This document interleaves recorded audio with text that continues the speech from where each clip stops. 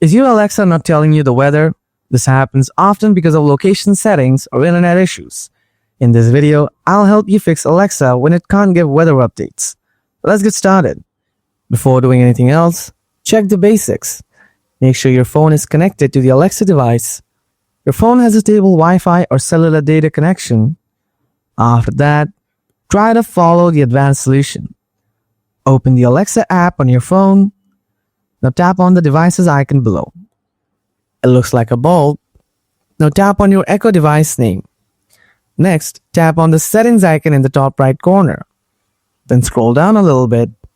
After that, tap on device location. Pin your correct address from this map and then tap save. Tap OK. After that, restart your device and check your issues. That's how you fix Alexa when it won't give weather updates. If this video helped you, please tap the thumbs up. If you have any questions, drop them in the comments below. Thanks for watching. I'll see you in the next one. Till then, stay tuned.